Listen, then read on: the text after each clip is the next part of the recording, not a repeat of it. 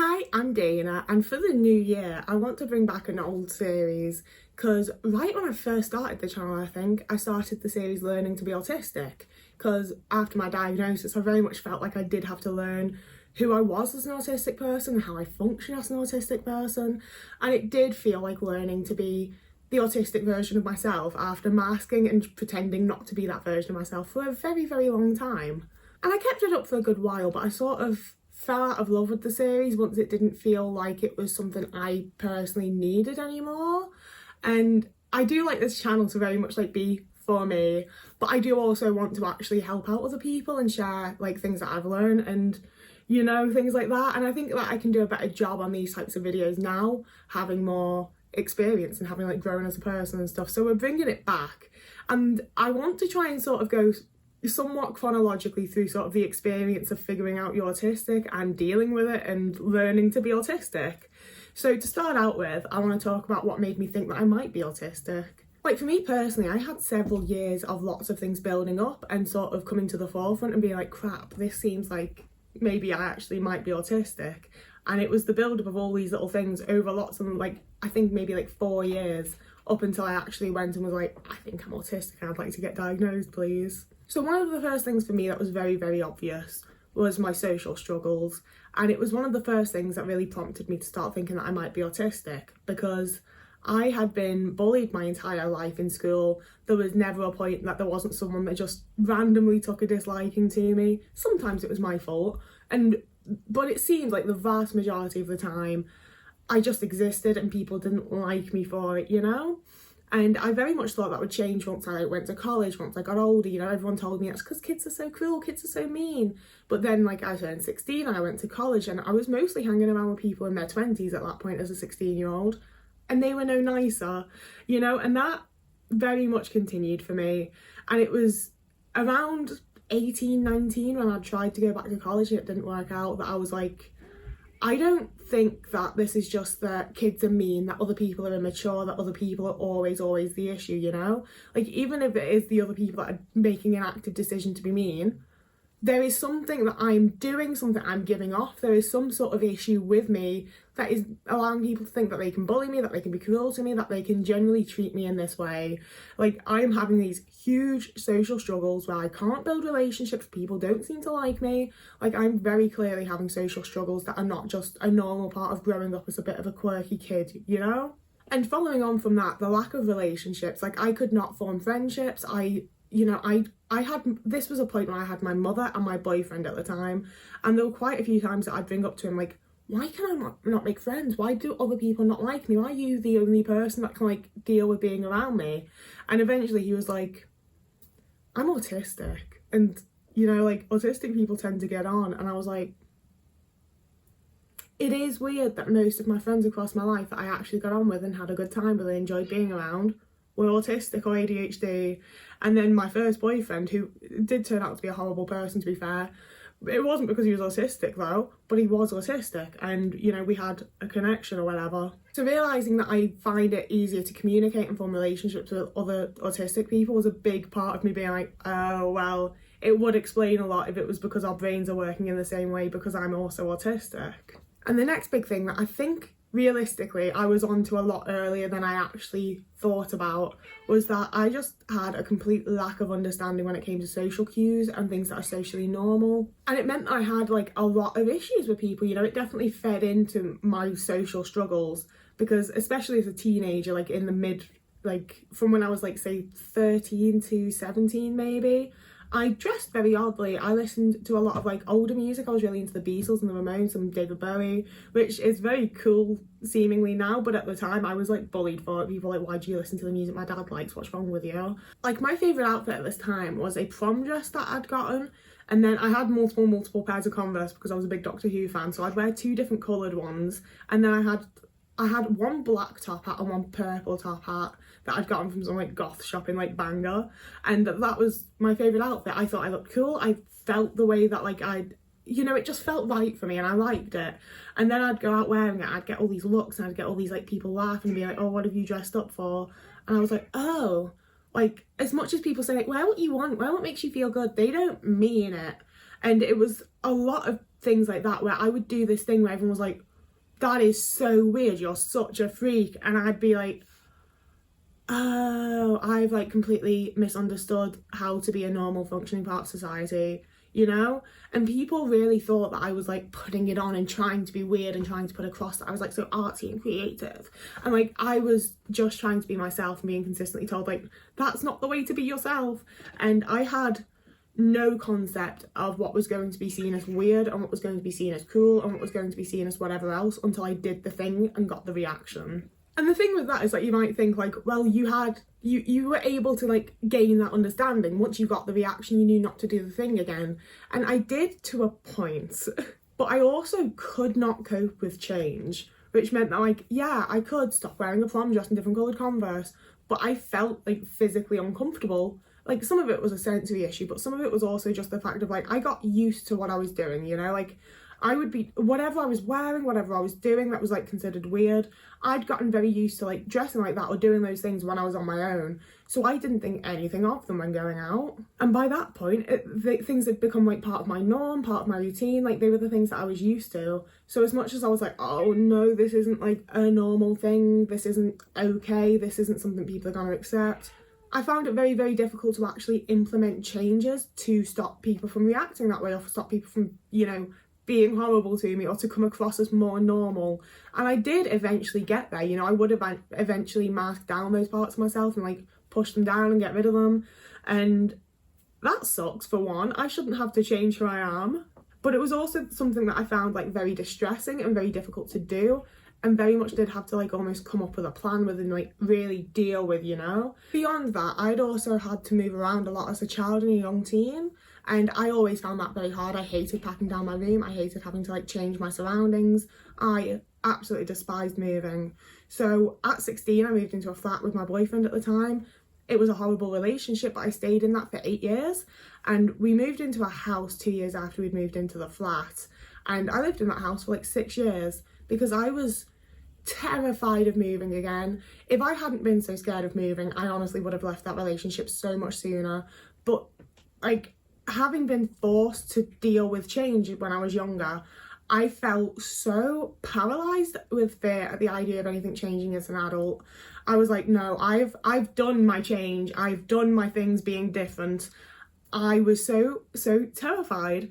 And it was one of those things where I was like, oh, I always hated change. I dealt with it because I had to. I had no other choice. And I had meltdowns about it. I would be like screaming, crying, throwing up, you know, like I didn't cope well with change when I had to.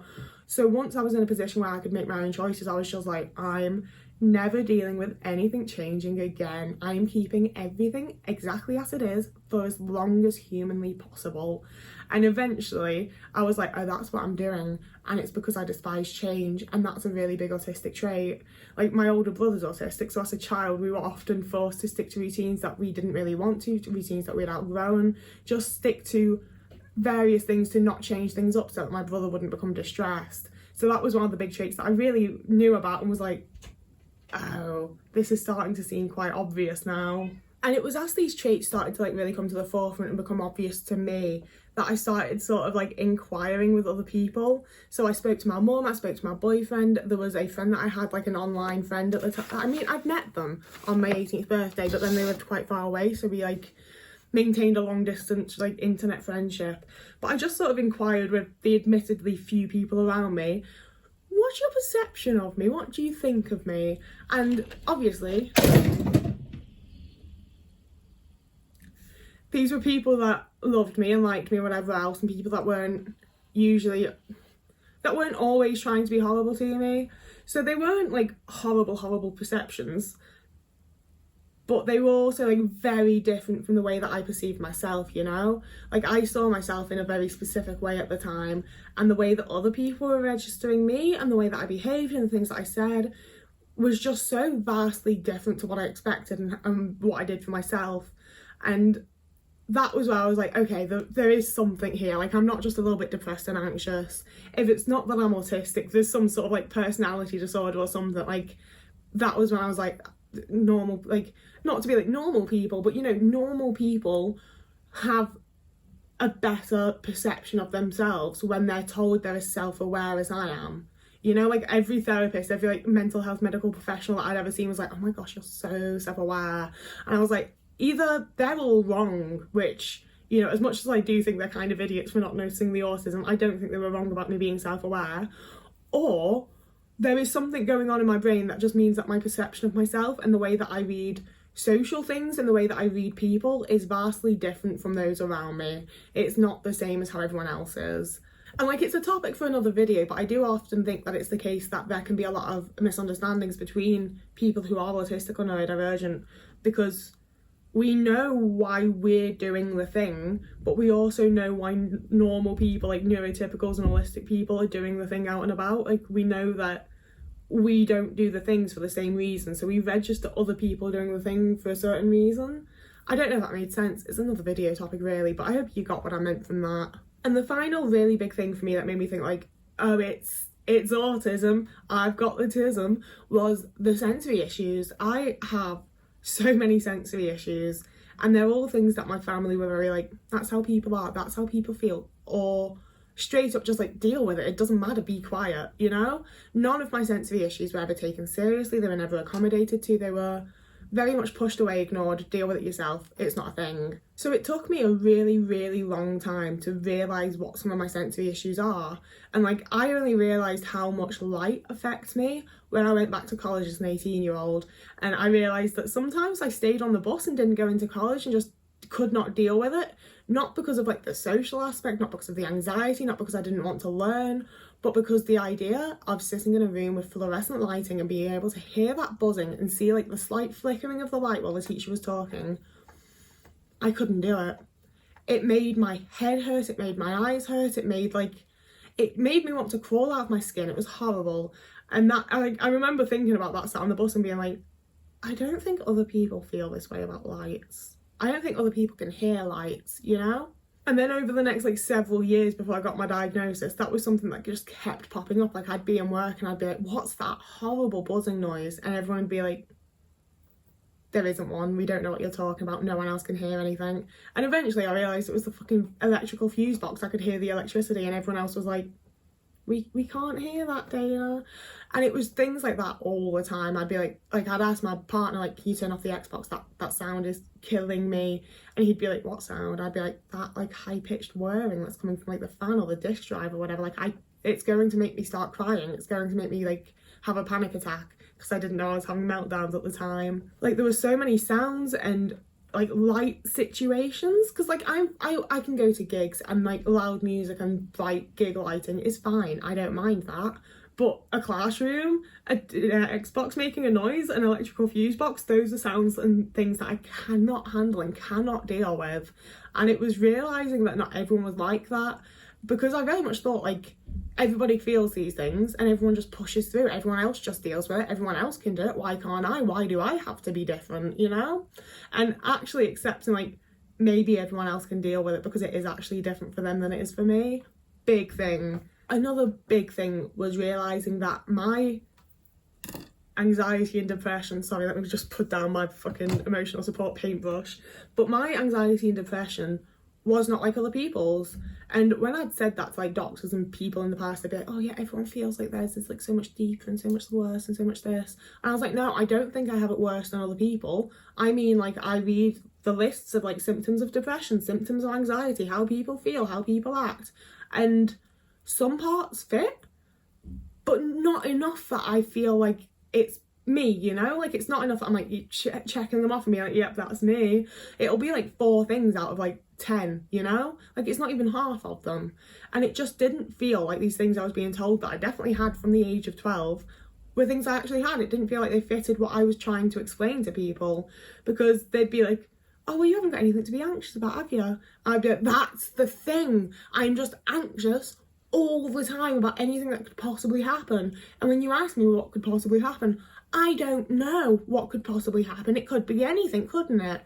And some of it is anxiety. A whole lot of it is that I don't have the social imagination that other people have. So imagining getting on the bus, I can't imagine it properly, I can't actually conceptualize it appropriately, so every single time I get on the bus it's just as anxiety inducing as the first time.